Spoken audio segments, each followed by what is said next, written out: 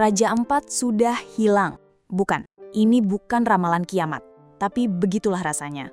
Ketika suara burung cendrawasih digantikan dengan gemuruh alat berat, ketika laut sebening kaca berubah keruh oleh debu tambang, inilah yang terjadi di Raja Ampat. Sebuah surga dunia yang pernah dinobatkan UNESCO sebagai kawasan dengan keanekaragaman hayati laut tertinggi di planet ini, sekarang justru jadi korban resmi dari sebuah program yang katanya untuk masa depan, bernama hilirisasi. Pemerintah membuka pintu investasi besar-besaran, tapi yang dilupakan, pintu ini sekaligus juga mengantar masuk kehancuran ke jantung Raja Ampat. Izin tambang nikel terbit, padahal kawasan ini seharusnya dilindungi. Pertanyaannya, apakah demi pertumbuhan ekonomi, kita rela mengorbankan satu dari sedikit surga yang tersisa di muka bumi ini? Dan lebih jauh lagi, apakah kebijakan Presiden Jokowi justru yang membuka jalan bagi kerusakan ini? Di balik birunya laut Raja Ampat dan hendingnya gugusan karang, 4 perusahaan tambang nikel resmi mengantongi izin untuk mengeruk isi perut tanah Papua. Mereka adalah PT Anugrah Surya Pratama atau ASP yang menguasai konsesi di Kepulauan Waigeo dan Pulau Manuran. Kemudian PT Mulia Raimon Perkasa atau MRP yang punya IUP di Pulau Manyaifun dan Pulau Batang Pele seluas 2.193 hektare. KW Sejahtera Mainim dengan IUP seluas 5.922 hektare di Pulau KW. Dan satu nama lama yang kembali menghantui, PT Gak Nikel, anak usaha dari BUMN Tambang Antam, mengantongi IUP nikel untuk Pulau Gak dengan konsesi seluas 13.136 hektare, yang mana setengahnya daratan dan setengahnya lagi lautan. Yang membuatnya geger karena wilayah pertambangan mereka bukan sekadar tanah biasa, tapi masuk ke kawasan lindung, kawasan konservasi, dan bahkan sebagian menyentuh area strategis nasional. Dengan kata lain, tambang-tambang ini secara terang-terangan berdiri di tempat yang seharusnya dilindungi oleh undang-undang. Tapi tunggu dulu, ini bukan cerita tentang izin yang muncul tiba-tiba. Ini adalah jejak panjang kebijakan yang berubah arah. PT Gak Nikel misalnya, sudah ada sejak era Orde Baru, mengantongi izin tambang nikel dari zaman Presiden Soeharto. Operasi ditunda di era Gus Dur, karena Pulau Gak ditetapkan sebagai hutan lindung. Megawati beri dispensasi, SBY mengizinkan penambangan di hutan lindung terus berlanjut, dan semua dipertegas ketika Jokowi mengangkat bendera hilirisasi sebagai agenda nasional. Di tengah semangat membangun smelter dan mendatangkan investasi nikel, pintu yang dulu ditutup rapat-rapat kembali terbuka. Tahun 2017 ke atas, arus kebijakan berubah, izin baru bermunculan, dan ironisnya, bukan cuma tambang-tambang baru yang diizinkan, tapi perusahaan lama yang sempat dilarang, seperti PT Gak Nikel, justru dapat restu beroperasi lagi. Yang lebih mencurigakan, beberapa izin terbit tanpa konsultasi publik yang memadai, tanpa analisis lingkungan menyeluruh, dan dengan banyak tanda tanya. Suara-suara dari jaringan akar rumput mulai keras. Ada aroma-aroma busuk di balik penerbitan izin-izin ini.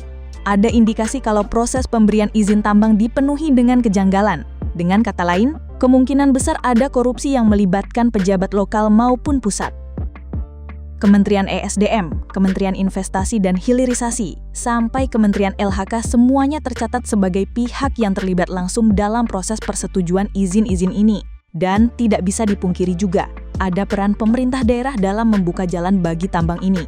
Dan jangan lupakan BUMN seperti Antam yang ikut terlibat langsung lewat PT Gak Nikel.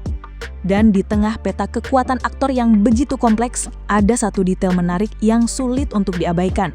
Salah satu perusahaan pemegang izin tambang menggunakan kapal pengangkut or yang didaftarkan atas nama milik Irana Joguri dan tercatat pernah digunakan dalam aktivitas tambang. Ya, meskipun belum ada bukti keterlibatan langsung, fakta ini tentu saja memicu spekulasi-spekulasi publik. Apakah ini hanya kebetulan bisnis? Atau ada relasi yang lebih dalam antara kekuasaan dan eksploitasi sumber daya? Tapi dari drama panjang ini siapa yang paling terdampak? Bukan investor, bukan juga penguasa, tapi rakyat dan alam itu sendiri. Dengan masuknya tambang, habitat terumbu karang terancam rusak akibat limbah dan sedimentasi. Jalur migrasi penyu, paus, dan lumba-lumba yang tidak tahu apa-apa bisa berubah. Bahkan potensi longsor dan pencemaran bisa menghantam desa-desa pesisir yang menggantungkan hidupnya pada laut. Sementara sektor pariwisata, ya bisa runtuh. Mengapa? Sederhananya begini, siapa yang mau menyelam di laut yang tercemar? Cari penyakit? Atau siapa yang mau datang melihat karang yang sudah mati? Dan ketika tekanan publik membesar, akhirnya istana bersuara. Pemerintah di bawah kepemimpinan Presiden Prabowo Subianto tak bisa tinggal diam. Maka lahirlah respon cepat, pernyataan tegas dan satu janji besar, evaluasi total. Lewat Mensesnek Prasetyo Hadi, Prabowo memutuskan untuk mencabut izin 4 perusahaan tambang di Raja Ampat. Sebelum-sebelumnya pada 5 Juni, Menteri Investasi dan ESDM Bahlil Lahadalia menghentikan sementara PT Gag Nikel. Berhenti di situ, Kementerian Lingkungan Hidup bersama Kementerian Kehutanan turun tangan. Mereka menyatakan sedang melakukan audit legalitas izin, peninjauan AMDAL, sampai langkah hukum terkait potensi pelanggaran Undang-Undang Perlindungan Ekosistem.